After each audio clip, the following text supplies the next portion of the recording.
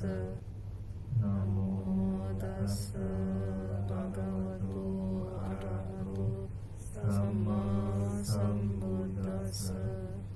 Homage to Him, the Blessed One, the Worthy One, the Perfectly Enlightened One. Going for refuge.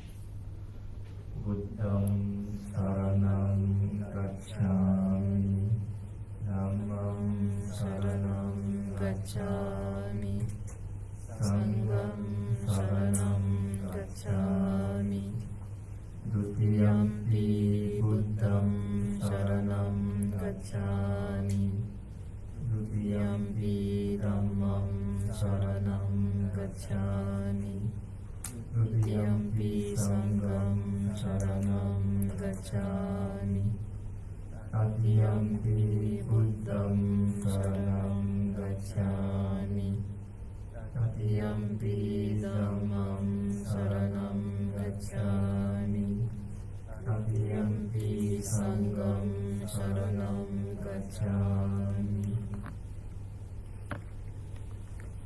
I go to the Buddha for refuge. I go to the Dhamma for refuge. I go to the Sangha for refuge. For the second time, I go to the Buddha, Dhamma and Sangha for refuge. For the third time, I go to the Buddha, Dhamma and Sangha for refuge. Observing the 5 precepts.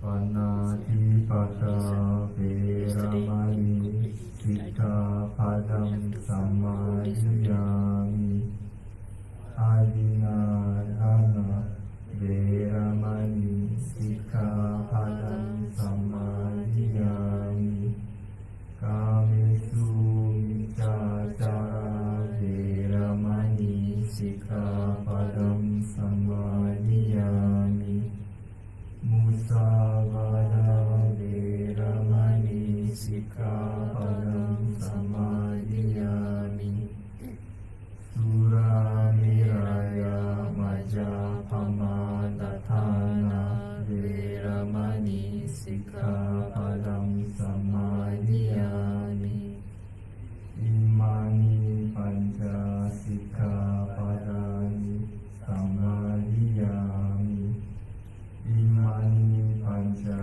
Sikkhapadani Sammadhiyami Imani Panca Sikkhapadani Sammadhiyami. I observe the precept to abstain from killing living beings. I observe the precept to abstain from taking things not given. I observe the precept to abstain from sexual misconduct. I observe the precept to abstain from false speech. I observe the precept to abstain from consuming anything that causes intoxication or heedlessness. I undertake to observe these 5 precepts properly. Sadhu, sadhu, sadhu.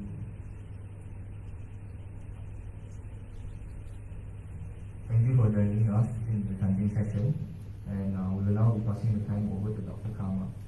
So, before we start, just a short introduction about Dr. Karma.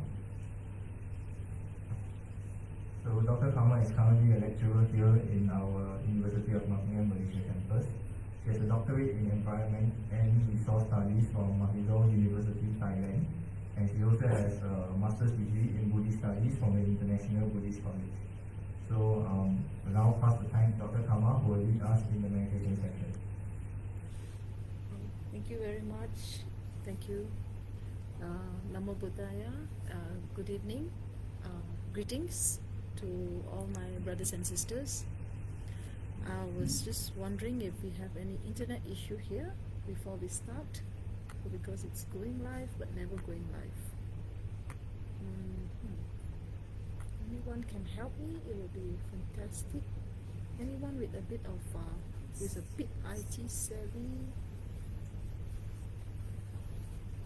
So I'm trying my best to. So it's supposed to be going live, but it's like forever. It usually doesn't take this long. Just get So if we connect again, it will go off, yeah? So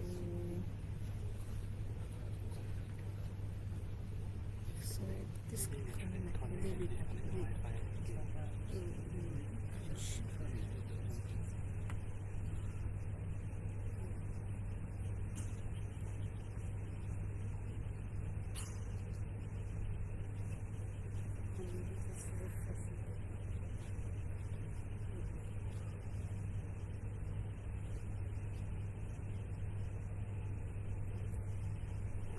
actually I never actually this one I never put in anything. First time I'm using. Yeah, so can someone help? Yeah, so that's how it's quite strange as to why it's connecting, because it's very strange. So how come you can?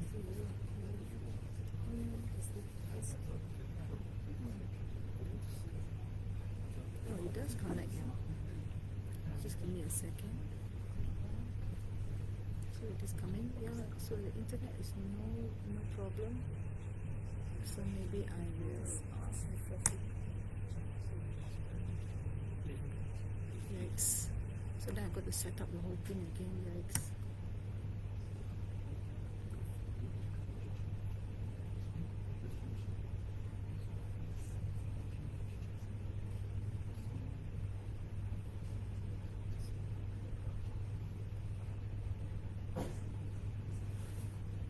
So here again.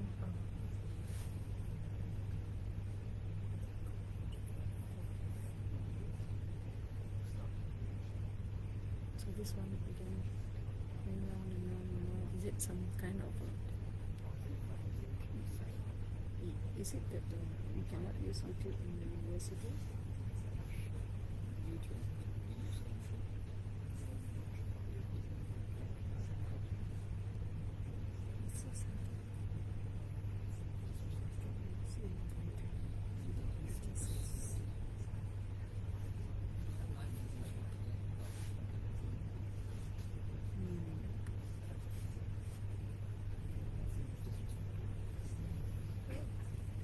It is not going, so maybe I will just do the my hotspot. I can do from up here. If you can, that would be fantastic. Maybe because I got more than 2 accounts using the same one.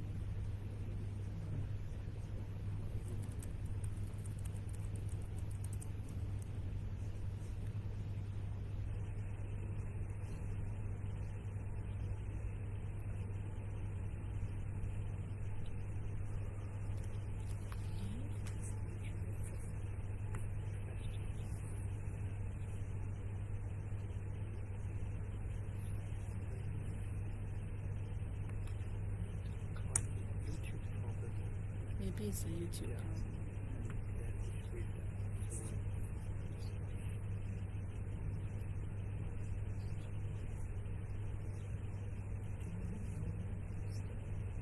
So we can go live, but at the same time we can't go live. Stranger? Okay, so I will just need to. Oh, okay, thank you. Thank you so much. I think for them can, just for me don't. Yeah. So I will give you a bit of a dark experience, but I will be lighted up. Not that I'm enlightened, but I just need the light. It's very practical purposes. Okay, thank you very much. So once again, I also have a YouTube audience. So Tashitile and Namo Buddhaya, and thank you very much for coming to this meditation session. So this is our meditation night, first in a series of, I don't remember how many. How many do we have? 6. Okay, so first out of 6 meditation sessions. So what do you want to learn? It's a meditation night, so you can ask me any technique. Not that I'm good at any technique, but I try my level best. So whichever technique that you would like me to teach you today, you can request, because I didn't have any what do you call that, set meditation technique to teach you. But the moment you ask me, I will start, and I'll stick to it.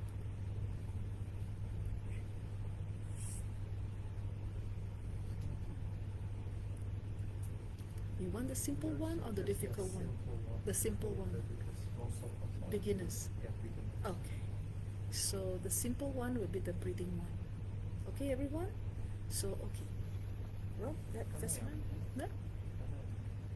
Anapanasati. So we will first start with pranayama. Okay. So everyone, back straight.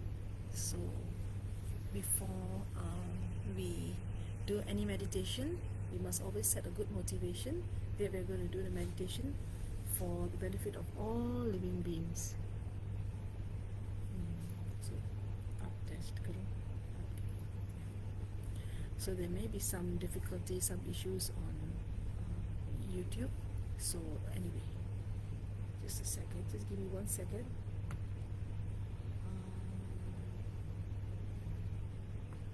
Okay, so Venerable will sort the issue out, and we will proceed. So we have to set our motivation that we are going to do the meditation for the benefit of all living beings.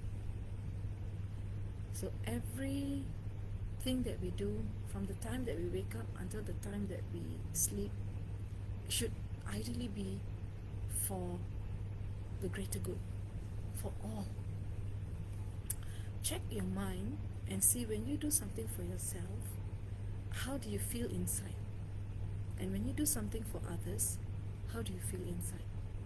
So if you're meditating only for yourself, then what you feel inside will not be as gratifying as when you do it for others. Check up. I would like you to check. Close your eyes and feel. There is a difference when you do something for yourself and when you do something for others. There is a massive difference. And it is this difference that is called, compassion. This is compassion. You actually are generating a lot of loving kindness and compassion for others. And by generating a good motivation for the benefit of others, you shift the focus from this self, me, myself, and I, to others. Because if you look at the sky, look at the number of grains on the riverbanks, a grain of sand, you cannot count. It's immeasurable. How many stars there are in the sky? How many of us know? Right? So can you imagine that we are just like a speck of dust in the greater universe? Therefore, our importance is not as high as that of others, because there are others in this world who are more than us. Right? There are more people, there are more animals, there are more living entities than us. Right? So therefore, when we embrace every living being, guess what? We ourselves are included in it.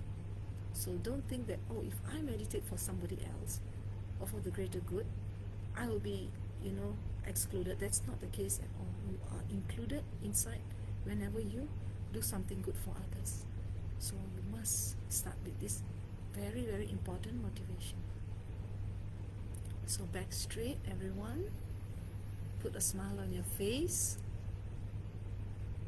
Okay, just be happy. And we are coming back to our breath. So the meditation technique that you're going to learn today is called Anapanasati. So Ana means breathing in, Pana means breathing out, and Sati in Pali means remembrance, and Smriti in Sanskrit also means remembrance. It's actually called Anapanasmriti. Right? So it is a meditation of remembering the in-breath and out-breath. So it's as simple as that, and that is the most basic meditation under two major classes of meditation taught by the historical Buddha. And those two major classes of meditation are Shamatha, which is the calm and peaceful, calm abiding meditation, and the other is Vipassana, which is the clear, which is the insight meditation, analytical meditation.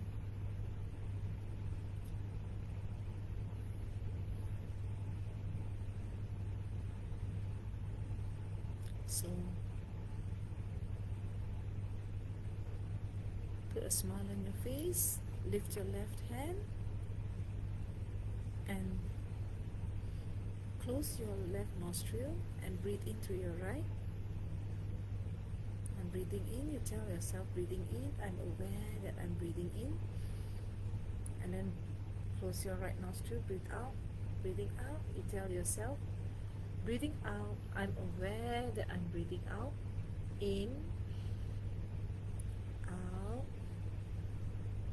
in, out. Once again, you breathe in through your left nostril. For those of you who are new, just watch me. So you close your left nostril and you breathe in through the right. Breathing in, I'm aware that I'm breathing in. And then you close your right nostril with your ring finger and you breathe out through your left. Breathing out, I'm aware that I'm breathing out. In, and then you rotate out. In, out. So all you have to do is just do your breathing alternately. So let's try once again. So close your eyes, put a smile on your face, your back straight, your shoulders very relaxed, your tongue touching the upper palate, okay? And then your right hand can be in this position here, like this. Okay. So welcome, you're just in time, you just started. So these are my students from School of Politics. So for those of you who just joined us, so I would like you to set a good motivation that you're doing this meditation for the benefit of all living beings, for all. Yeah, it's a training to reduce the attachment to the self. And put your back straight so the rest of you can continue doing the pranayama. So can you see my fingers? So you block your left nostril and then you breathe in through your right nostril, breathing in, I'm aware that I'm breathing in. You tell yourself, yeah?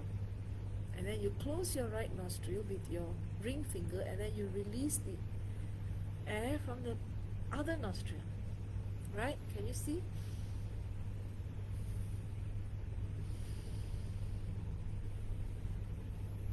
Okay? Got it? Breathing in, I'm aware that I'm breathing in. Breathing out, I'm aware that I'm breathing out. In, out, in, out. So you do it 3 times, 3 cycles. So one cycle is like this. Breathing in, I'm aware that I'm breathing in. So you breathe in 1 time and then you push, block this and breathe out. Breathing out, I'm aware that I'm breathing out. In, out, in, out. Breathing in, I'm aware that I'm breathing in. So breathing out, I'm aware that I'm breathing out. So the time taken for you to go from this, breathe in and breathe out, and then coming back to this again is 1 cycle. Okay? Anyway, it doesn't matter whether it's 1, 2, 3 cycles. Just enjoy the pranayama.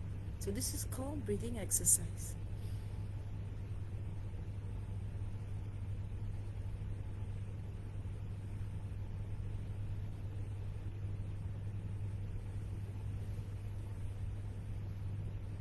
So continue doing the breathing exercise and I will tell you the rationale behind it while you do the breathing exercise.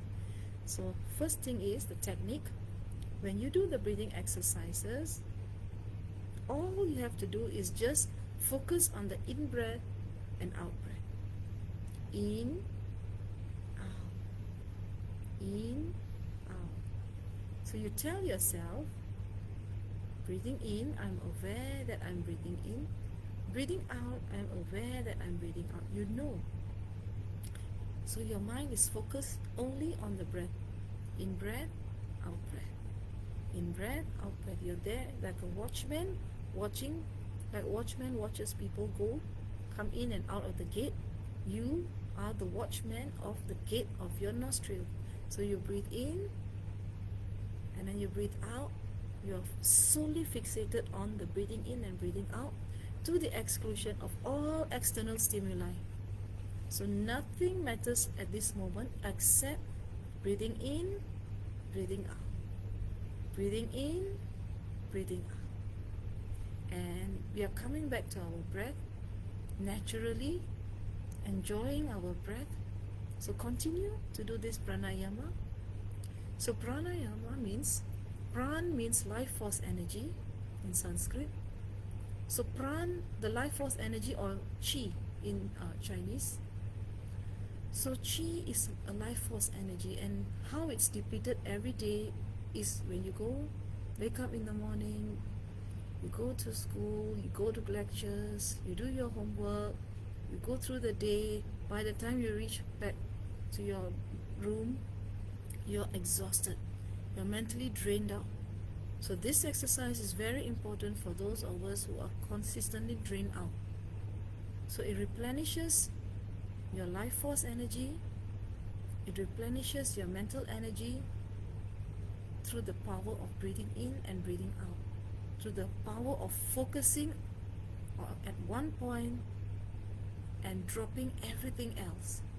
So your mental energy is not fragmented, it's not dissipated through the eye, ear, nose, tongue, body. So you're maintaining your mental energy, and your body, you can feel that the breath is rejuvenating you.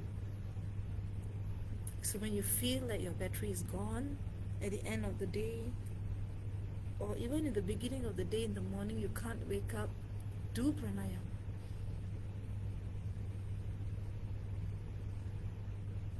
Okay? Right. So the next step in the pranayama, your right hand over your left hand. Okay? And then you put your right over your left and join your two thumbs together.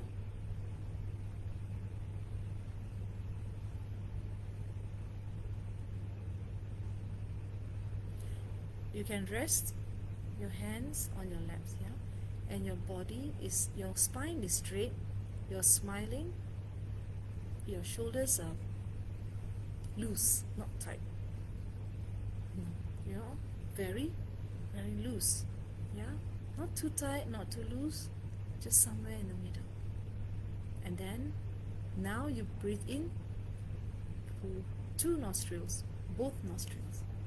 So, breathing in, tell yourself, breathing in, I'm aware that I'm breathing in. Breathing out, I'm aware that I'm breathing out. In, out,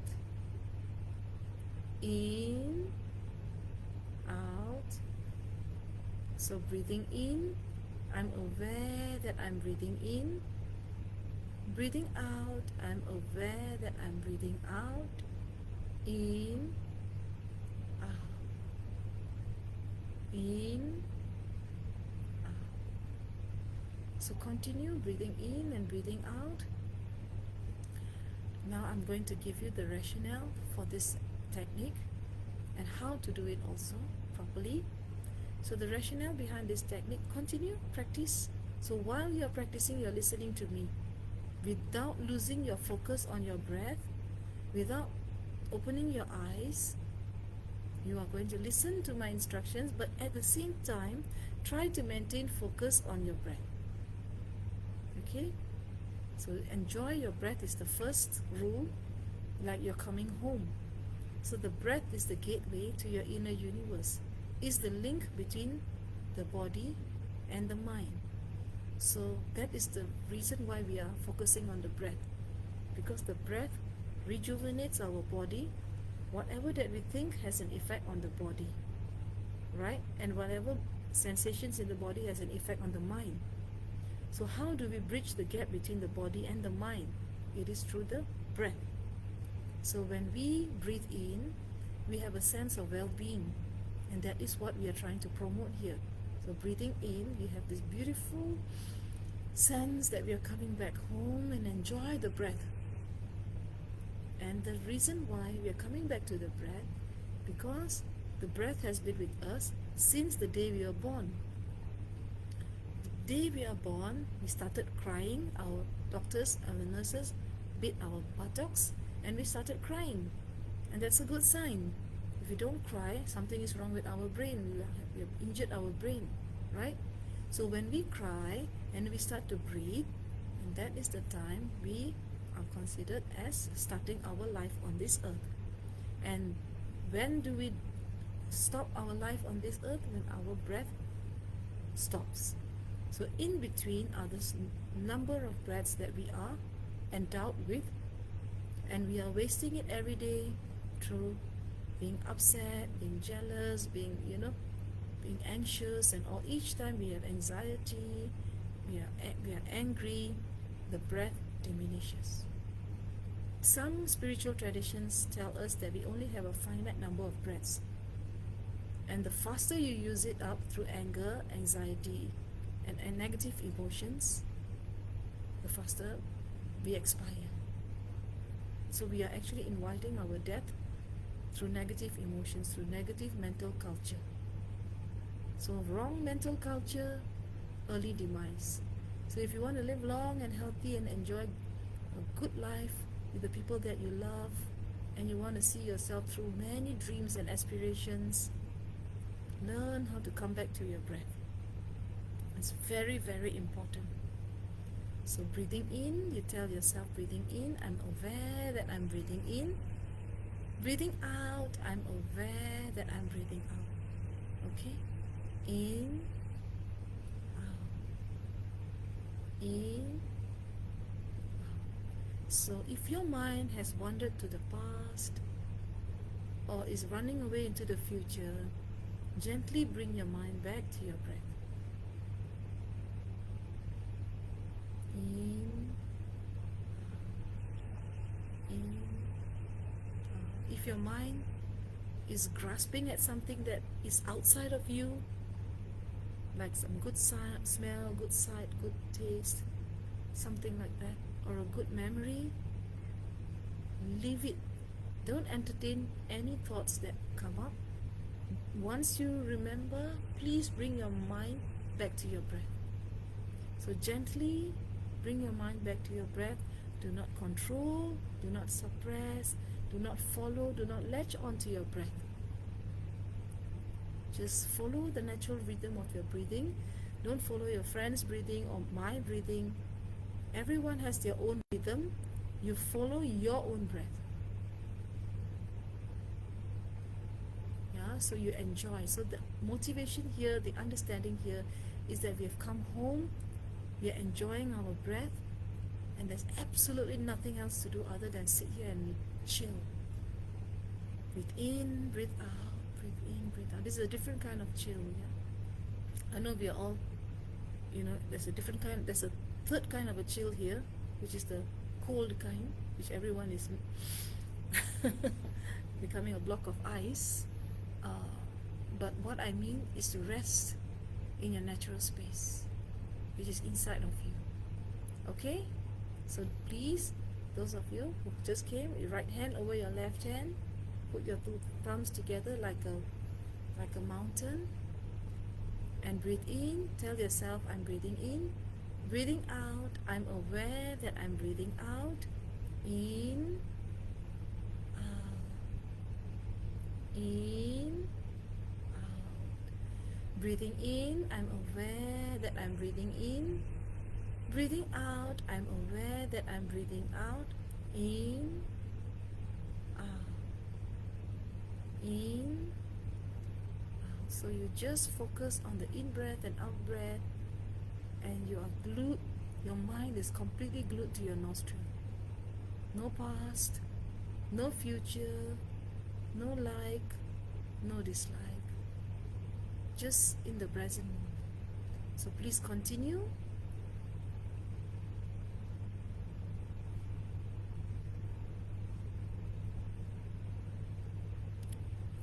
another 10 seconds. In, out, deep, slow, calm, ease, smile, release, present moment,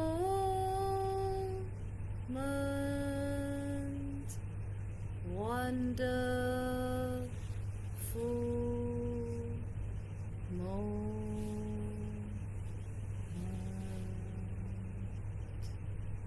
Okay, so now we have completed phase 2 of pranayama. Now we go to the third phase, which is the breath of fire. Once again, right hand, left hand, right hand over your left hand. And then if you want to sit in the lotus position, it's entirely up to you. Yeah, if you want to sit in a semi-lotus position, it's also up to you. If you want to sit in the so-called Burmese position, it's also up to you. If you want to sit in Sukhasana, the happy position, is also up to you. So you can sit, if you feel like you're, then you can just chill. You can sit this way, whichever way you want to. Yeah. So the point is to not suffer and create more suffering than you already have. So just, I want you to relax without creating physical pain for yourself. Yeah? Okay. So now again I repeat, yeah? So for those of you who are new to this technique, so this technique is difficult for many of my students here from the past also, but I suppose if you had practiced from 3 months ago, you should be able to do it, yeah? If you can't do it, it means you have not practiced. So okay, so watch me breathing in. So what I do is I breathe in, and I breathe in very deeply, and I fill my lungs and my torso, my abdomen, everything with air, just in one deep breath, and then I breathe out 10 short breaths. Just watch, okay? Don't follow, just watch.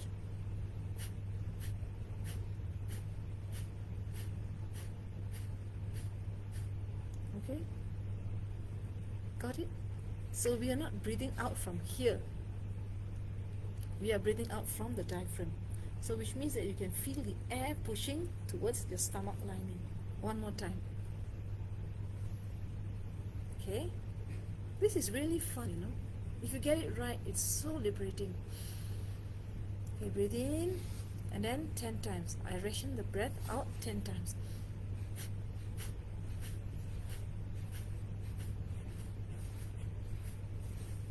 Okay, so some of you have already started trying. Very good. So now I would like you to try. Yeah? It's fun. Let's do it together. So back straight. Back has to be straight. Otherwise you have, you get lazy and sleepy. So breathing in. Natural breath. They are not forced. Breathe in naturally. The only thing that you need to do is breathe out 10 times. The same breath without breathing in again.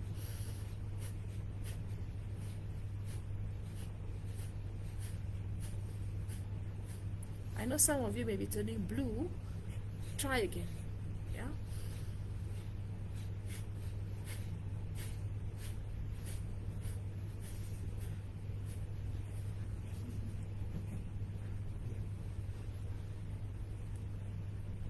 Not familiar yet with the technique after 3 months? One more time.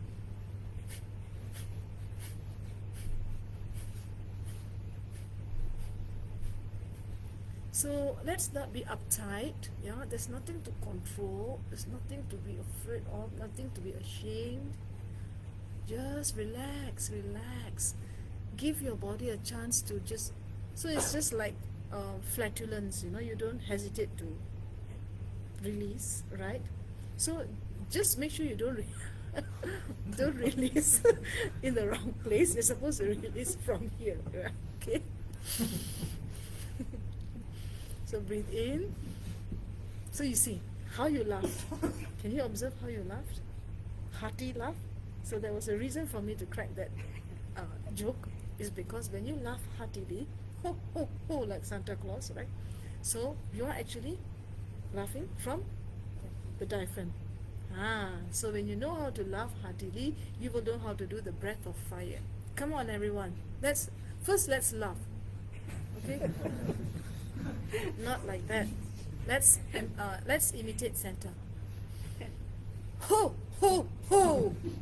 Can we do that? It seems absurd, right? But try it. Life shouldn't be taken all too seriously. Ho ho ho. Good, isn't it? Ho ho ho. Ho ho ho. Please, for heaven's sakes, don't do it from here. Don't breathe out from here. You will crack a rib cage or burst the blood vessel here. It's only from the diaphragm. Ho ho ho. Ho. Yeah? Or a dog that's going woof, woof, woof, woof. Can you do that? Can you imitate a woof? Woof, woof. Okay. So if you know how to do a woof, you will know how to do breath of fire.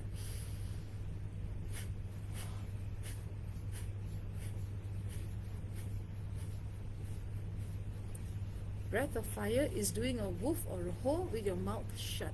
That's all.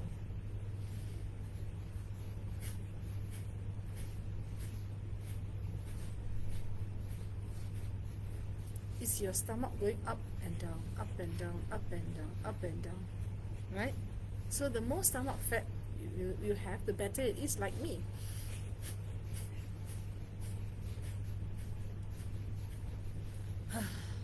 If I were to be thin and trim, I don't think I can do breath of fire. So you need the spare tire. No, I'm kidding. You have the spare tire, you know you're going up and down. Yeah? So okay, laugh, enjoy your life, and smile, and let's do one very, very strong and lively breath of fire. Breathe in, breathe out through your diaphragm, only not through your chest.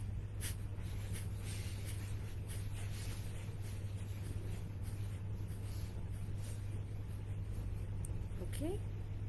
So tomorrow you do 15. Day after tomorrow you do 20. So traditionally we do 108.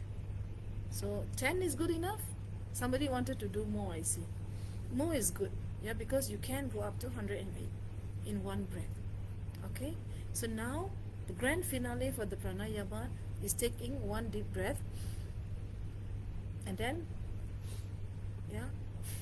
exhaling deeply with sound effect.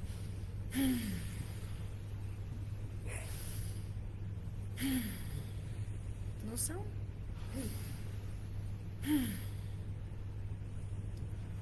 When you complain about your assignment, I hear all the sighs in class, yeah? So, can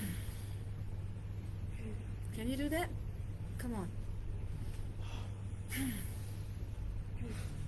Yeah? It's a release. So when you sigh in class, when you get low marks or you get bad grades or whatever, I mean, too much work.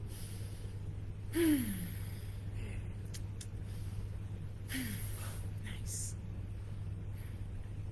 You don't have to do it like you are shooting darts, or a popcorn is bursting. You do it like this. You just unwind. Can we do that once again, everyone? No need to be abrupt, like shooting machine gun, but just release. Okay.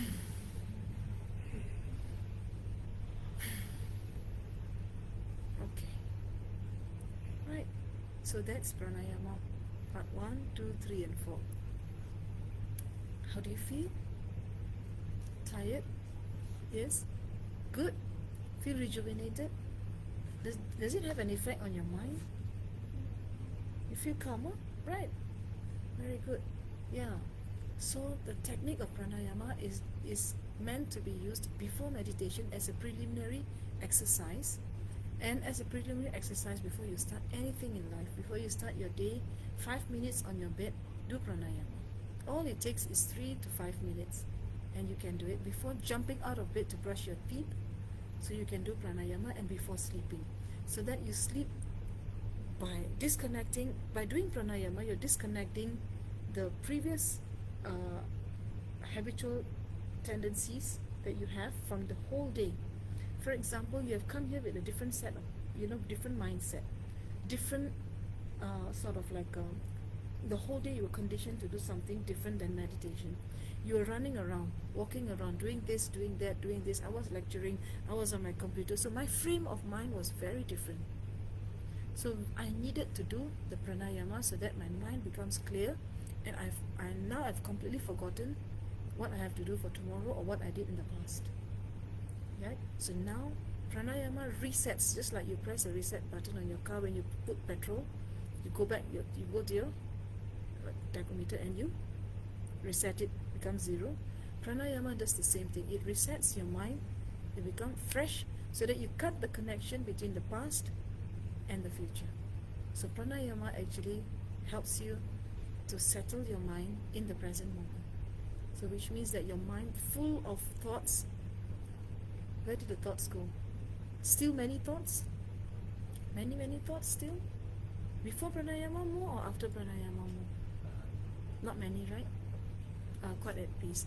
So did anyone notice that before you came here, you may have been tired, sluggish, you were just feeling heavy, or you had just too many thoughts, right? And then when you do pranayama, it just helps to settle down the thoughts.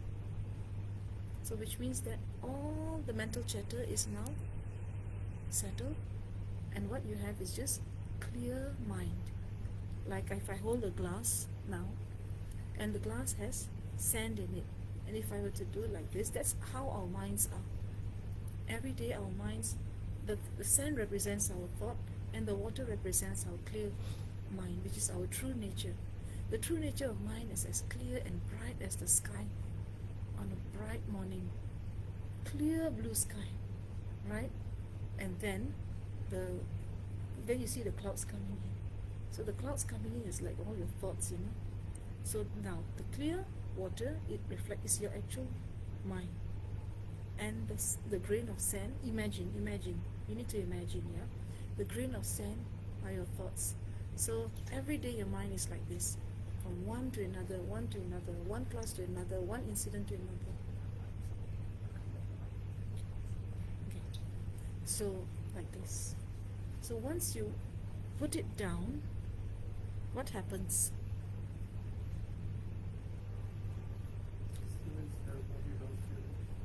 So the sand goes down, and then the water, the clear water, is left. Correct? Isn't it? Now how does that relate to your mind? So that pranayama is like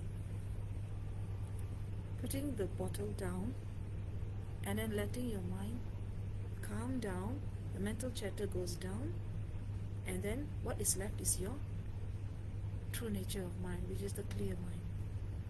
So that's why you feel rejuvenated, you feel peaceful, you feel calm.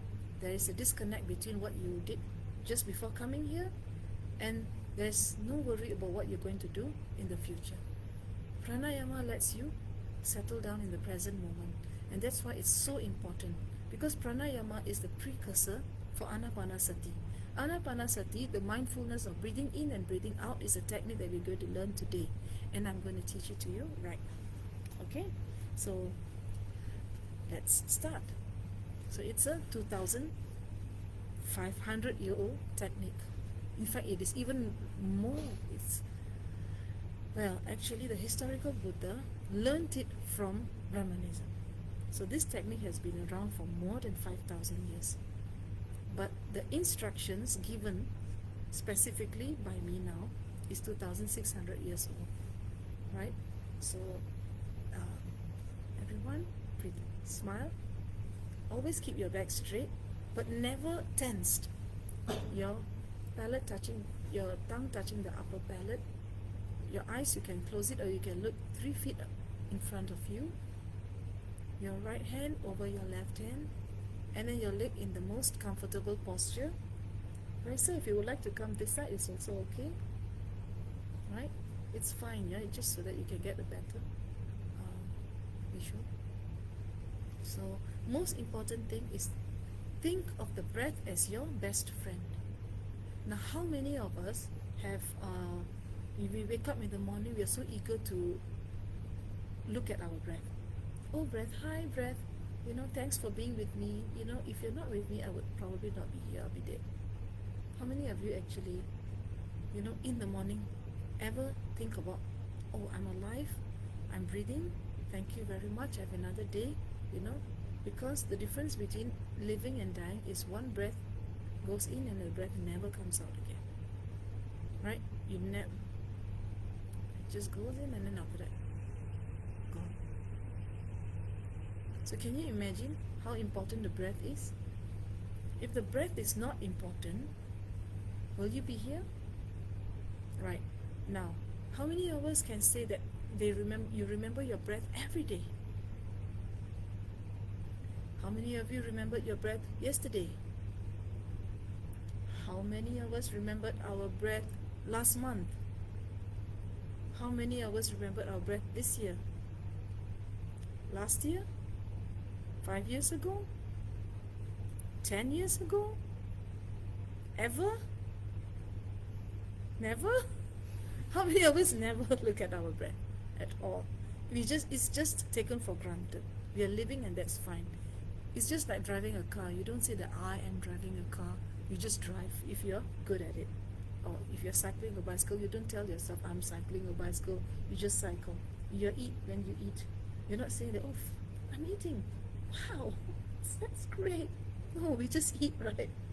So that's what we do with our breath. But guess what?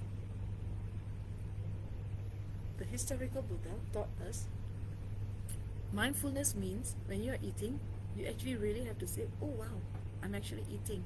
When you're driving, you have to say, oh, I'm driving. You have to know. You have to know moment to moment. You need to have that awareness as to what you're doing. Not just walking around like mindless ninnies, not knowing where you are, what you're doing, which means that the remote control of your life isn't with you.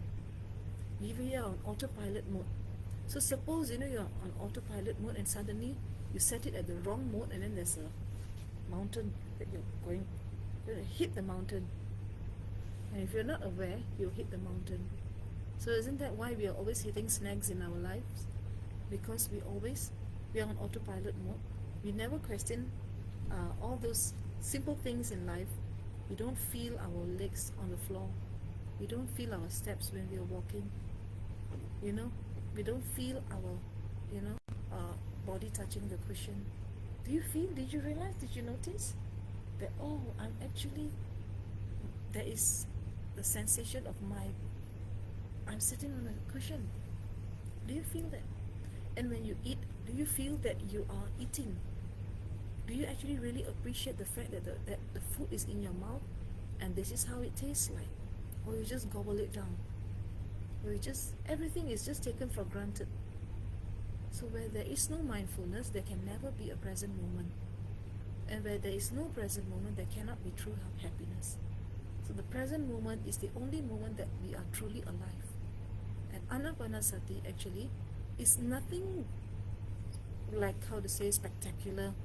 It's just translated very literally, mindfulness of breathing in and breathing out. And why should we be mindful of breathing in and breathing out? Because we all want to be happy. Everyone wants happiness, no one wants suffering. But guess what? We are always going about our daily lives creating the causes for suffering. And then when we end up, having something that we don't like, then we ask ourselves, what we did wrong. Technically speaking, we did everything wrong because we never lived in the present moment. So what did we do that was not actually very conducive for our mental health? Always grasping at things that are outside of us. From the eye, ear, nose, tongue, body, and also our mind, past, present. So whatever that comes, we grasp. Like we are actually quite primitive. So good smell, we want to eat. We want to eat that croissant. It smells good, you know. So you run towards it like a slave towards the croissant, you know. And then also you have a good sight. You know, wow, this is so beautiful. I want to see even more. So then your eyes just, you know, without you thinking, it just goes in that direction. Good sound. Oh, Taylor Swift. Oh, going, and then pay thousands because it's nice sound, nice smell, nice, you know. So does mindfulness teach us not to go to Taylor Swift concert? No. Mindfulness teaches us that go to Taylor Swift concert and enjoy it to the maximum by really being in the present moment. So meditation does not make you into a robot. Meditation makes you into the most functional being ever. By truly being in the present moment, you enjoy the life more than other people without doing something dangerous. By latching on to external stimuli without knowing that we are doing so is the reason why we are trapped in psychedelic drugs, we are trapped in alcoholism, we are trapped in, you know, basically many of people are trapped you know, in relationships, you know, unhealthy relationships, overdose of sex, overdose of whatever, you know. We are overdosing ourselves with what? TV, handphones, etc., etc., computer. Anything outside is good for us because that's all that we know. No one has ever told us from the day that we are born until now that if you really want to be happy, there is just one good friend, your best friend, that you never bothered to look at, and that is called your breath. You say, hello, I'm here, but you say, forget it. The handphone, the mobile phone is much more, you know, interesting. TV is much more interesting. Anything and everything is far more interesting than our breath. Our breath is quite boring, or we think. It's only boring if you don't know and don't make friends with the breath. In Malay, we call it tak kenal maka tak cinta. It means if you don't know someone, you will not love someone. So you need to know. So it's like I get acquainted with you. I'm fond of you. Then I start, you know, caring for you. So if you don't know your breath, how can you connect with your breath? I can't connect with you if I don't know you. I don't make an effort to know you, correct? Because we never make the effort to know our breath, so therefore we are completely disconnected from our breath. And the breath is the gateway to our inner universe. So the more you look at the breath, the more you come back to the breath, and you remember the breath again and again and again and again. And the breath will ground you in the present moment. And from the breath, everything else becomes a full experience. When you are in touch with your breath, the smell of the flowers becomes tastier. A meditator, in the morning, let's say you meditate, after you meditate, you eat your favorite food. It will taste much better because you are really appreciating it in the present moment. And then the music that you like so much will sound much sweeter. You know, your loved one will look much more, you know, lovable, because you are truly in touch with your own self and the present moment. So would you like to live your life a happier person by being in touch with everything in a more enhanced way, or you just want to go through the motions on autopilot mode and then suddenly crash into the mountain? What's your choice? If your choice is crashing into the mountain, then I don't need to teach you anapanasati. You want to learn? You want to learn? Breathing in and breathing out? Yeah, it's very important that we learn. Okay. And you know, how many of us think that meditation is difficult? Okay. And do you know why it's difficult? The only reason why it's difficult is because we don't know how to connect with our breath, or we don't want to connect with our breath, or there's something more interesting outside. That's why it's more. To me, going outside and grasping at the external senses is more difficult than coming back to my breath. Coming back to the breath, meditation is the simplest thing, because all you need to do is just focus on one thing to the exclusion of everything else. By going outside, you're focusing on 1,000 things. But meditation just asks you to focus on one thing, and that too we can't do properly, you know. And meditation just asks us to do what? Just come back to our breath, embrace it like you're hugging an old friend, and just relax in the breath. That's it. Can we do that? Now you know the benefits of meditation, this anapanasati, so let's do. So right hand over left hand. So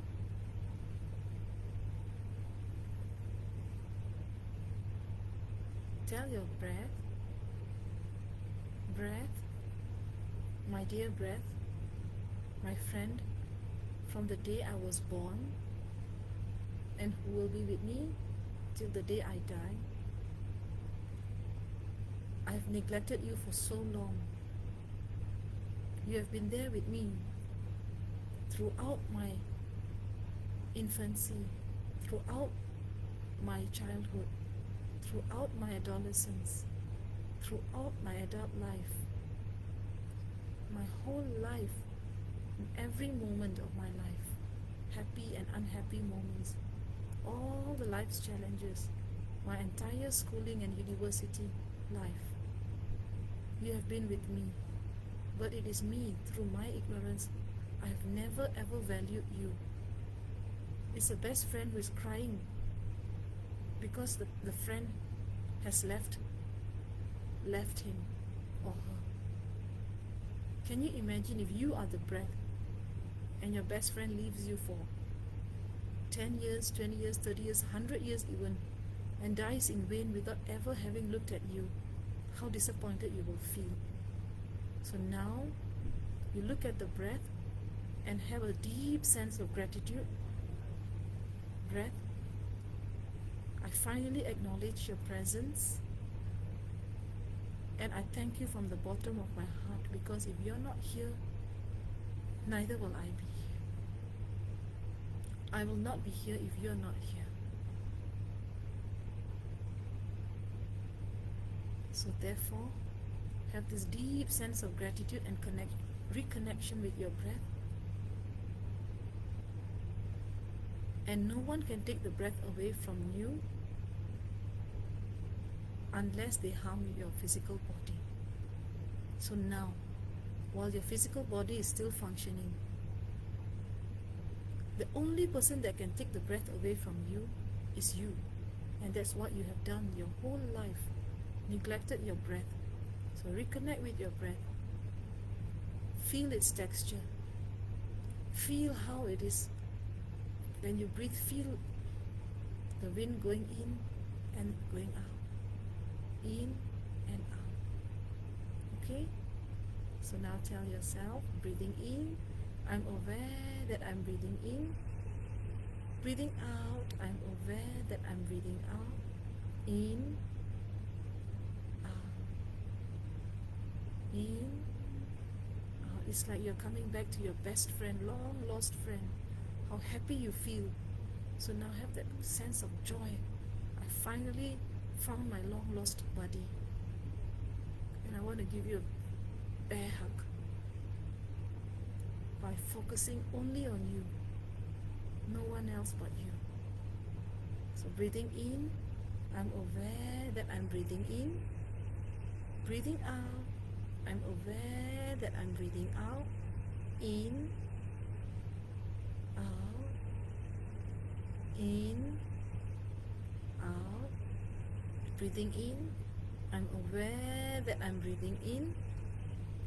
Breathing out, I'm aware that I'm breathing out.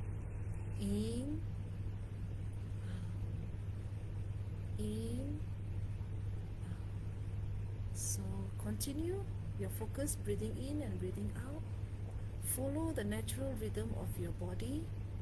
Don't force your breath, and don't try to follow my rhythm. I have my own rhythm, you have your own rhythm.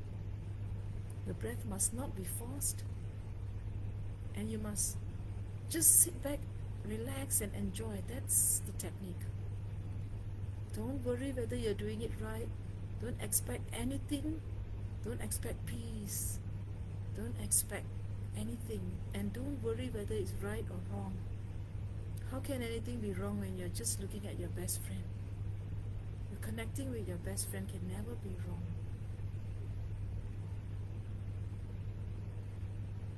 So if your mind has wandered to the past or the future, think that the past is gone, the future has not yet come. Gently bring your mind back to your breath. Suppose you have thoughts that have arisen.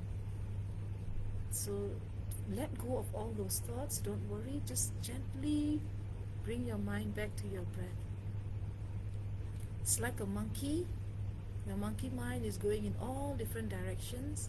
So through the rope of mindfulness, you're slowly lassoing the monkey, which is your thoughts, your mind, you're lassoing your mind. Mind, come back to the breath. So we cannot meditate. Meditation is difficult because we need something tangible. We need a banana. I give you a banana today because we are all monkeys. So the banana is your breath. So play with your breath. Enjoy your breath. Focus on your breath. The moment the mind runs away, so go back to the banana of your breath. And as a monkey, peel the banana, eat it, feel its texture, feel its sweetness, feel the breath. Enjoy the breath. Just rest in the breath. Stay there. And I'll sing you a song. Breathing in, breathing out, breathing in, breathing out. I am blooming as a flower. I am fresh as a dew. I am solid as a mountain. I am firm as the earth. I am free. Free your mind, free your heart by focusing on your breath. Let's breathe in and breathe out again. Breathing in, breathing out, breathing in, breathing out.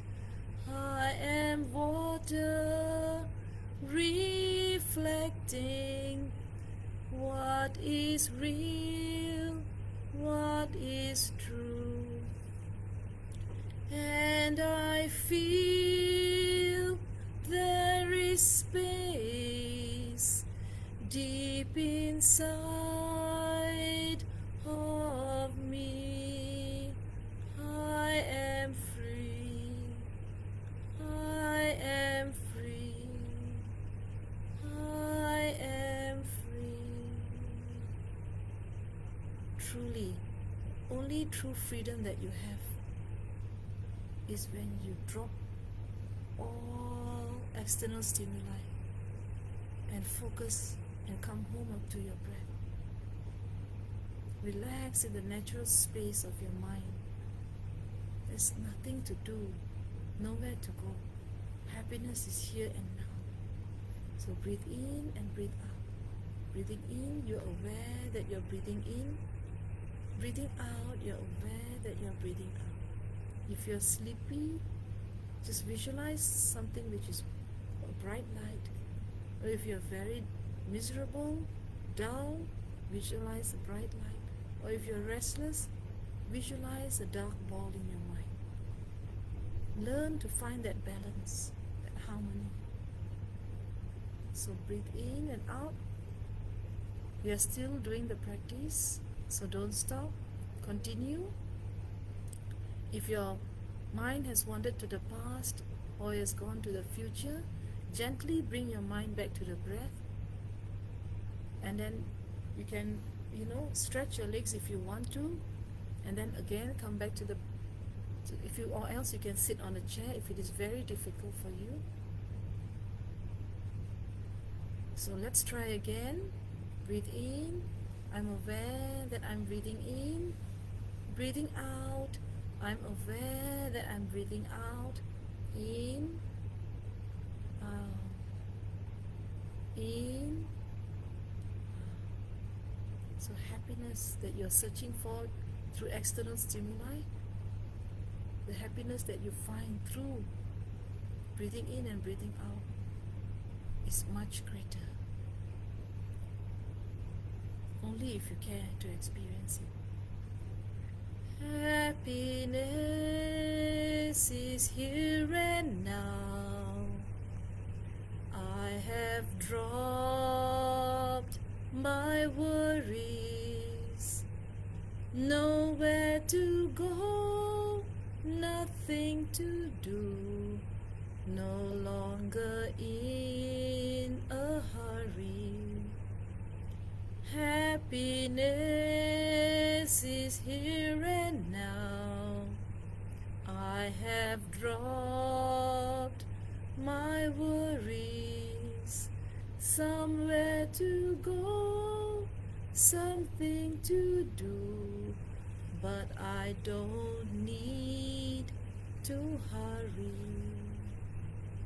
So there's nothing to do now in this 5 minutes. Just focus on the breath, be in the present moment, and relax in the vast, clear light, clear skylight nature of your mind.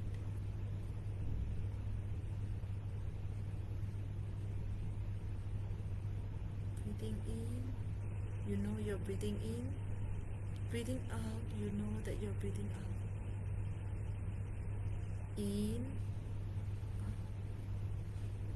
In.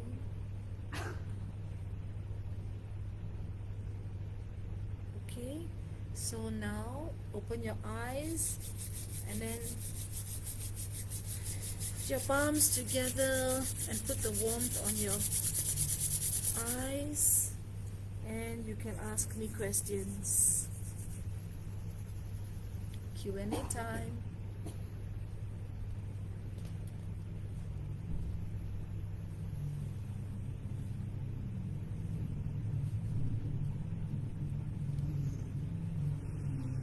Any questions? Yes? Pranayama? Pran. Okay, Pranayama. Pranayama. So, yeah, pran means life force energy in Sanskrit. So, pranayama. Yes, because Bengali is a language of India, and it all is derived from Sanskrit. So pran, right? So when there's no more pran, there's no more life. So that's life, isn't it? So what does yama mean? Pranayam, yam. That's a very good question. Yeah. So it's difficult to dissect the language a little bit here, but Venerable will answer you shortly. Okay. So any other questions apart from semantics? Let's talk about the technique. Any questions? Okay, if you don't ask me, I'll ask you. So better ask. Because I know what to ask you. So you and I don't want to put you in the spot, yeah? Yes. How do we deal with pins and needles in our feet? Very simple, change position. Yeah, okay. Yeah. So nothing for the time being, yes, so you can change and then you go back again. So meditation should be done in short sessions, 5 minutes for beginners, so that you learn how to sit. You know, people ask me questions about how many hours do you do meditation? That's not the point. I can sit for 5 hours when my mind is in Paris, you know, or my mind is somewhere else, or my mind is at work. It doesn't make much sense, and it doesn't give me any benefit. So it's not the quantity that matters, it's the quality that matters. I know it's a cliche, but it's true. Yeah, 5 minutes is enough. Do short sessions, but do very quality, high quality sessions. So for nowadays, in the world full of stress and work and load and stuff, the maybe easiest technique to come back to the peace, to come back breathing is the easiest one. Why? Because the breath is always with you, right? So if you are meditating on a flame, for example, you've got hundreds of meditation objects. You could meditate on a flame, you could meditate on a tree, you could meditate on an image of a particular deity, you know, you could meditate on sound, you could meditate on 101 things. But these are external. So what is inside you, what is with you is your breath. So that's why I say a breath is like, you know, your body is like your retreat hut and your breath is your meditation object. So you carry the breath with you from the womb to the tomb, literally. Yama means control. Yes, thank you. Control. To control the breath.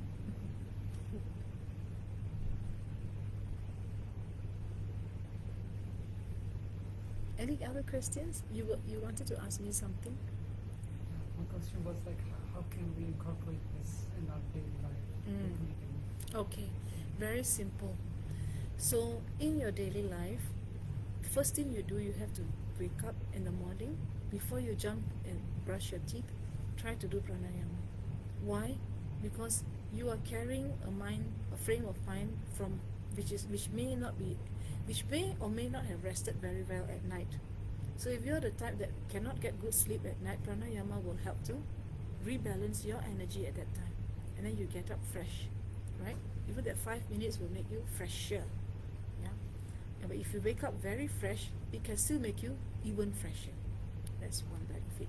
Number two, if you are like anxious by waiting for a job interview, or you're going into an examination hall, for example, right? Or simply you're sitting in class and you're falling asleep, and the lecture is boring, or you didn't rest enough, or it's just too hot, it's just too cold, or whatever, you know, or you're scared, where you're scared, you're just so anxious, you don't know what to do. Gosh, you know, then your breath, just think, you know, that my breath is calling you, hi, I'm here, I'm always here for you. We always want to look for human companions, you know, it's like my best friend isn't here, but like, oh, I'm here. But we don't notice at all, right? So we always want to look for a human companion to tell our stories to. But here is a companion that we can tell our stories to, we can play, we can, you know, indulge in, very safe. So in all these difficult situations and many, many more, especially if you're very depressed, very tired, right? Very bored, sitting in a bus, wherever you are, do pranayama, right? And you don't have to do in front of everyone, hey look, I'm doing pranayama, you know, or sometimes you're so scared, know what people might think that I'm, you know, then you just sit at the back of the bus so that no one can see you, or you sit at the back of the class, you know. If your lecturer is telling say I know something cool, you know, so it's like, are you mocking me? You didn't out, you know. It's like no. So I mean, you use your wisdom and do it in the opportune moment, right? In fact, actually, the whole world should know how to do pranayama, I say. Then, you know, we will be less conflicted inside here. When we are less conflicted inside here, then we will not bring our conflicts out and harm other people. So the entire world is on fire because we are on fire here and we have not doused the fire here. Pranayama will help you to douse the fire here. And anapanasati will help you, after to douse the fire, to pick up the pieces and move on. So that's anapanasati, right? And the entire meditation techniques that you learn today, you learn the preliminary pranayama and you learn the anapanasati, which is just breathing in, breathing out to the exclusion of everything else, and just grounding yourself in the present moment is very important because it grounds you into something which is wholesome. We are grounded in many things that are unwholesome. We are grounded in very toxic relationships, you know. We are grounded in food, psychedelic drugs, antidepressants, many things ground us, you know. We bury ourselves in books, mobile phones, you know, anything external, and these externalities can only last so long. They are all impermanent. They have a lifespan, right? And when the friend is gone, when the psychedelic drug effect is gone, when the alcohol finish, when your money finishes, when your friend says bye, I move on, I'm getting married, see you, you know, so too bad. Or when your pet dies, or whatever it is, whatever external comfort that you seek, If that external comfort is not there, what will you do? If your grades are not good, you expect so much in life, or if your grades, or if there's so much expectation on you put by others, so you seek comfort in getting good grades, you seek comfort in happiness in getting this, getting that, being this, being that. But let's just be without being, you know what I mean? Without doing things, let's just be. We want to do this, we want to do that, grasp. But inside us, there is something yearning for us to stop grasping. Stop it. Just let go. Don't expect anything. So let go means, first thing is the pranayama already asks you to let go. By let going of the past, let going of the future. Don't worry about, likes and dislikes. So you always look at your mind, where your mind always has this tendency to grasp at something that you like, push something that you dislike.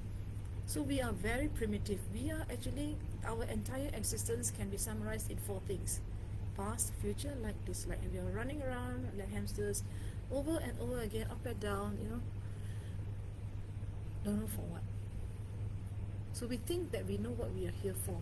But actually, our very existence, we actually don't really appreciate, and we don't know why we are alive. We are going through the motions. Yes, we are born, we've got to go to school. Yes, then after that, what? We've got to go to university. Then after that, what? We've got to work. Yes, so what? For what? Then after that, to get money, to get all this. But everything is external. So we are actually betting our bottom dollar on everything that is external. When the only thing, that lasting thing that is going to carry you, into a good state in this life and afterlife is grounding yourself in the present moment. And when you know how to ground yourself in the present moment, that the storms of the exams, stress, all sorts of pressures that come on you, sometimes people laugh at you, people shame you, people, irritate you, people take things from you, people, there are a lot of stresses in our life where people come, you think that problem is with people. Actually, the problem is not with other people. The problem is with us. So if we know how to ground ourselves in breathing in and breathing out, we no longer react. We respond. Do you know what is the meaning of respond? Respond means you respond by latching on to the breath instead of latching on to somebody outside or something outside, or an ice cream or a chocolate, and become fatter like me. Breathing in, breathing out, breathing in, breathing out. And that's the time we realize, once our minds calm down, then we know what to do. Our minds become so clear that the next course of action is, available to us. The mind tells us what to do in a very calm state. We don't practice mindfulness day to day through anapanasati. What happens is that we overreact at the slightest thing, and overreact can land us into a lot of trouble. Right? So what to do is, every time come back to your breath, every time come back to your breath, at whatever situation. When you're working 10 hours, you've got no choice but you have to work 10 hours. Why don't you work the 10 hours by grounding yourself in the breath? You're sitting for examination. It's so stressful, 1 hour examination. Someone have to write, can't use computer. What you can do, breathe in and breathe out. And sometimes you're in a place where it's so overwhelming, so many people, I know what to do. I get, a little bit, when I go into crowds, something happens to me. I have this lack of tolerance for crowds and very bright lights. I think you have seen in class also sometimes, and very dark also. Something, so what I do is I breathe in, breathe out, breathe in, breathe out. Then I respond better. I don't react. So what is the difference between responding and reacting?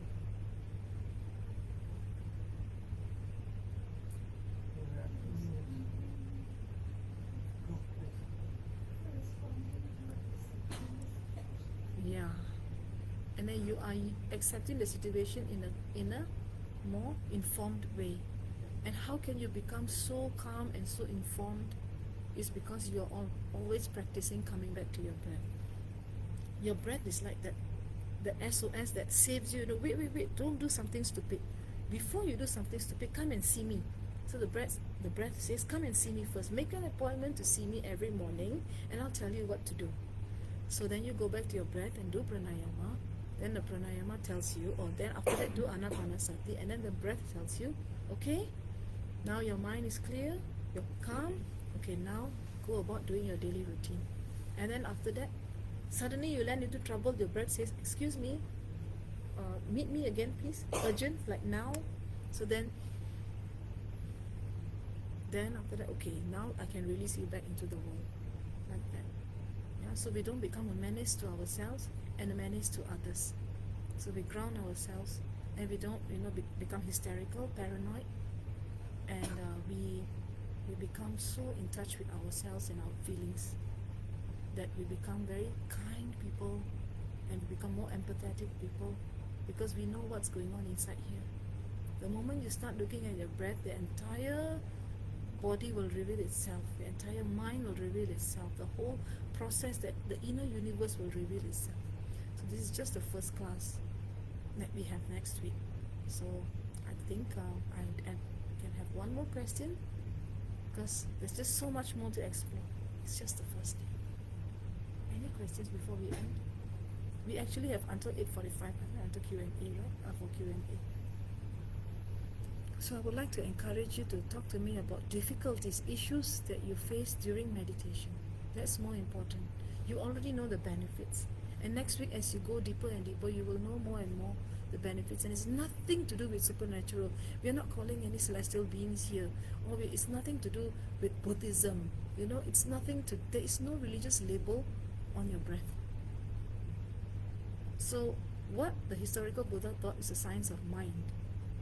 So in this world, it's like we have allergy. We are very comfortable learning biology, physics, chemistry, etc. Biology teaches us about our pathology, right?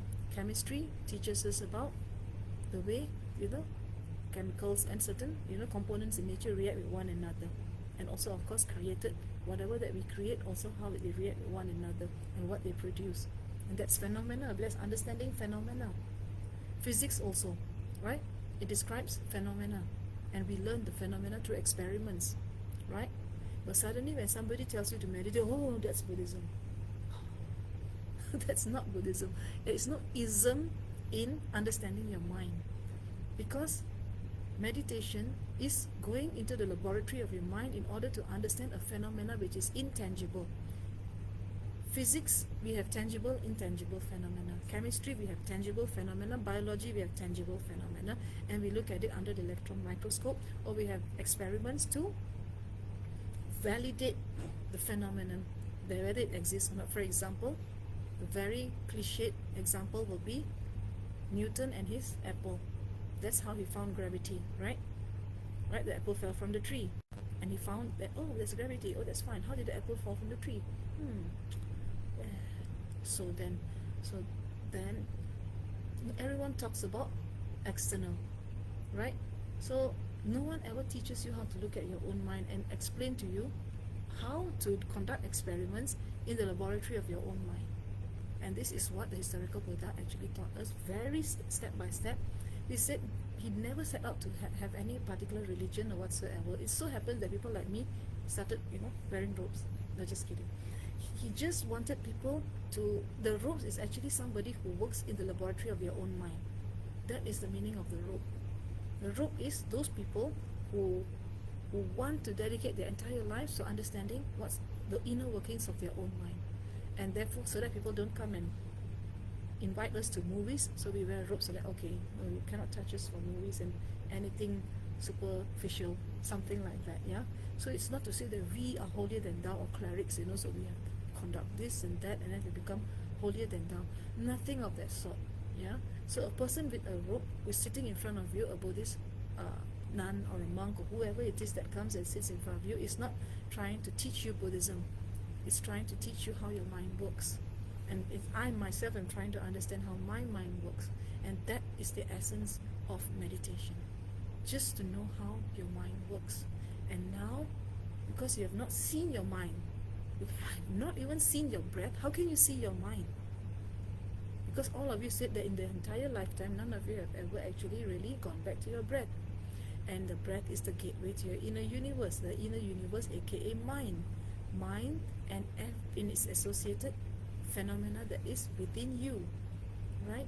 But we don't know what mind is. We cannot explain. Okay, what is mind? Anybody tell me what is mind today? We have 3 minutes for Q&A. Since you don't want to ask me, I will ask you, what is mind? Mind? Have you seen mind? During the meditation just now, did you see mind? You saw thoughts? Did you see your thoughts? Did you experience feelings? Did you experience sensations? Right? But where was the mind? Tangible things to come. Did you experience the mind? I put it to you that you experience mind.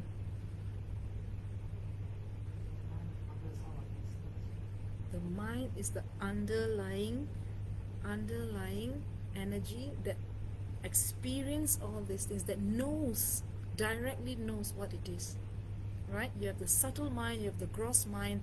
The gross mind is the one that we know, but we don't really know lah, because we are not so mindful. So we just know we are eating, but nothing more than that. We know we are driving, but the true nature of mind is one that you experience everything in its entirety and you truly know. The innate awareness is your mind.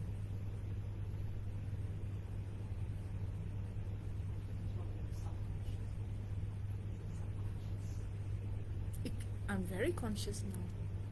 So it's not really in the subconscious. It's in the subconscious. It's the subconscious mind is the one that people who have, it's latent for those who don't practice. So that's why it becomes subconscious. For those who practice mindfulness, it's a lived moment-to-moment conscious experience of a meditator who all the time knows where the mind is. And the mind is none other than the one who knows and the one who experiences it. But you can't grasp it, you can't smell it, there's no texture, there's no smart touch, there's no taste, there's none.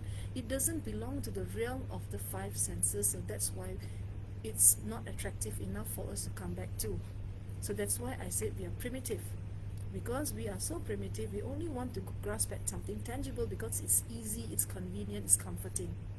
Right? Coming back and experiencing our inner universe and trying to understand an intangible entity, abstract, it's difficult. So that's why you say meditation is difficult.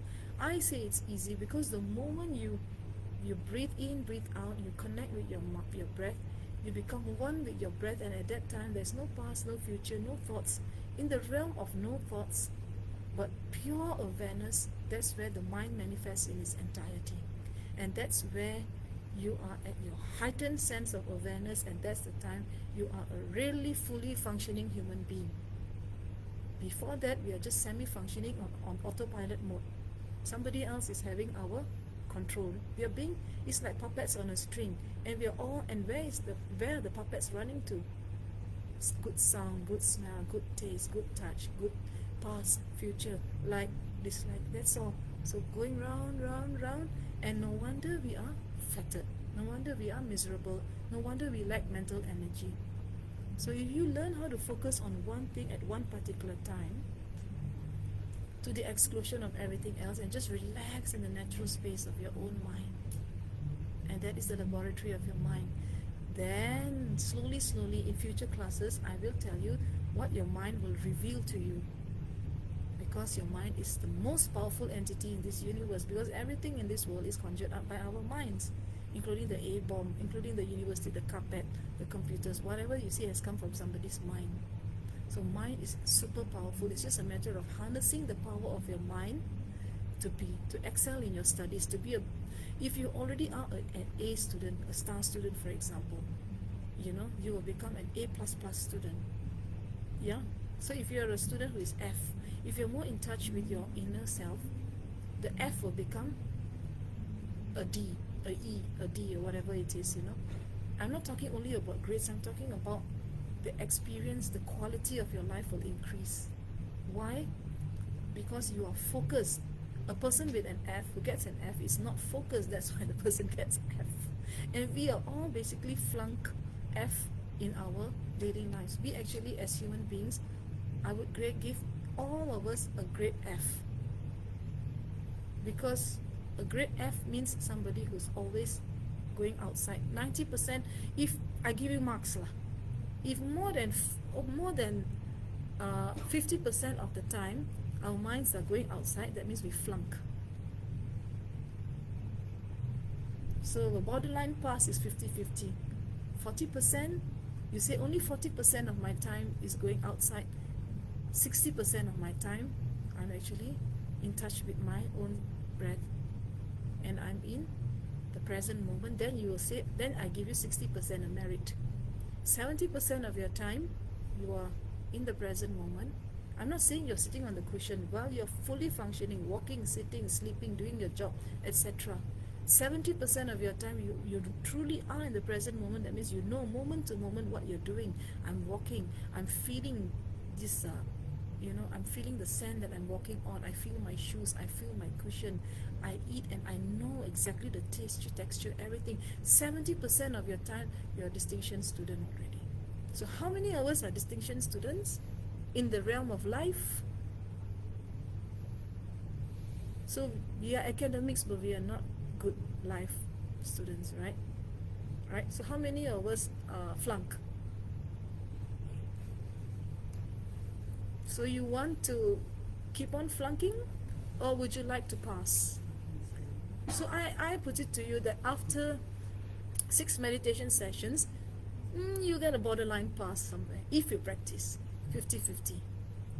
Shall we aim for that? Being 50-50%? So 50-50% means only 50% on autopilot. The other 50% you're fully aware. Alright? So thank you very much. So let's conclude today's meditation class. So no questions. So if we are alive, and if I'm alive, I don't get a heart attack within this week, or any other unforeseen circumstances, I will be with you on Monday. Alright? So life is impermanent. Don't take it for granted that I'll always be in front of you, or you will always have the opportunity to come, because we never know what will happen the next moment. So always be mindful of every living moment, and come back to your breath, and every day tell your breath, I love you so much because you're here, I'm here. If you're not here, I'm dead, man. Okay? Thank you so much. Thank you.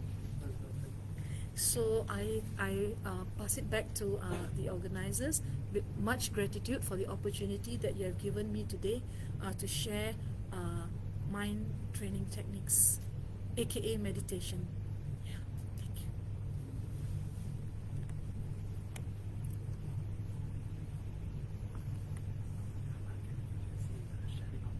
Yes, which language? Okay, thank you. So for those of you who are comfortable, you can join us for the sharing of merits. It's nothing supernatural. It just means that we, from the positive potential that we have gathered here today, that we have amassed this great energy, because everything, basically in future classes I'll talk about energy. So this energy we have to share lah. It's just like somebody gives you something, and then you would like to share. If suddenly I gave you 10 ringgit, you just like, okay, I'll just share with you. Like I got 10 ringgit, maybe 1 ringgit to you, 1 ringgit to you. So we are sharing our merits. We call it positive potential. We're all living beings, and this is really important, because now your mind is at this heightened awareness state, and this heightened awareness state, people call it the alpha state. Mind valley people call it the alpha state, and you want to go to theta and whatever not, so that's fine. You are in that state now, and when you are in that state, your mind is super powerful, and whoever that you think of, that person can receive a lot of good vibes from you. For example, if you have a pet who is sick, just think of that and wish the pet well. If you have a family member who is sick, think of the family member. If you have friends who are miserable or generally speaking, you can, wherever there are war-torn countries, conflicts, people who are enslaved, people who have just passed away or are very sick and dying in hospitals and all, you could actually send your positive mental energy to that person. And this is the best time to do it because we have a very heightened state of awareness. Don't you? I'm sure you do, right? Yeah. So can we do that? So I will do in Tibetan language because that's how I like it, but you don't have to follow me. Yeah. So if you don't want, you can close your ears. But if you don't mind listening, you're welcome. But please don't waste this energy. Send it to whoever who you love, and even those who you have difficulties with. Yeah. Who knows, tomorrow they might give you a job, or they might be your best friend. Yeah. You never know. Sunam di tam chi zi ba ni tom ni ni pe dra nam tham ji ne ke ga na chi ba la pru pa yi tsi pe tso le dro wa sho jam pe pa wo ji ta ra khen pa da kun tu zang po de yan de shi te de da kyun gi je su da lo ji ge wa di da tham je ra tu Disun shepe kya wa tam che gi ngu wa ga na cho tu nga pa di da gi ke we tsa wa di kun chan zam po ju je ra tu ngu wa re ki ke wa kun to yan da la ma dan ra me che ki pa la lun chu jin sa da lam ji yun ten rab zo ne do je chang gi ko fa nyu to sho sang ge ko so ne pe jin da dan chi ni min jer de pe jin da dan ki pe mi che di pe jin da gi chi ta ra ngu wa mon la ro pa re sho pa den sa we la ma rin po ji da gi chi wo pe me de ju la ka drin chin pe ko de je zun ti ko son to ki ngo do sa de se pa de na me nam para thar pa la ke je sam ya lo ta mi ke ji chi se de para tho we me gi ke la me jin da se la ju pa re sho Lama ko kam jang la so wa de ku ju ku se ri la so wa de le da she ge la so wa de lama dan ra wa re me pa re jin gi lo cha sa wa dan je jin sha pa dan je so ye ra ko shin so wa ye ke wa jin se ta gi ji sa pa tam je je pe jan ju ji ngo wo jan ju sem jo ri po je ma ke pa nam ke ju je ke pa nyam pa me pa ya Gone gondo pe war sho to ji ta war boje ke panam ke jure je ke panya pa me pa yang gone gondo pe war sho bini ta war boje ma ke panam ke jure je ke panya pa me pa yang gone gondo pe war sho cho pa se me boje ma ke panam ke jure je me pa yang gone gondo pe war sho We dedicate this positive potential to all living beings that they may recognize the flaws of their mind and be able to overcome their negative emotions, and may this whole world be peaceful when each and every one of us has no more conflicts in our minds. May we practice well, may we become happier people, more productive people, not externally but internally also, and may we be able to create the ripples for more positive mental health for ourselves and for all those around us. May all beings be happy. May all beings be happy. May all beings be happy. Sabbe sattva bhavantu sukhita. So, thank you very much.